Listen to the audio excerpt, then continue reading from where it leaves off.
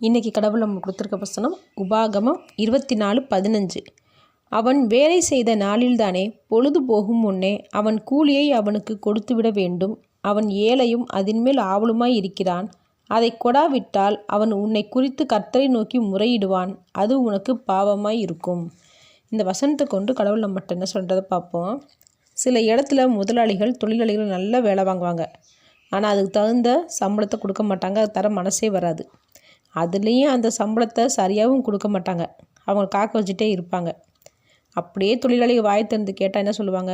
ஒரு முக்கியமானவங்களுக்கு கொடுத்துட்டேன், ஒரு முக்கியமான வேலைக்காக பயன்படுத்திக்கிட்டேன், அதனால் நீ நாளைக்கு வாங்கிக்கோ, அடுத்த வாரம் வாங்கிக்கோன்னு சொல்லுவாங்க. முதலாளியாக இருக்கிறவங்களுக்கே இவ்வளோ தேவைகள் இருக்குன்னா தொழிலாளிகளுக்கு எவ்வளோ எதிர்பார்ப்புகளும் தேவைகள் இருக்கும்.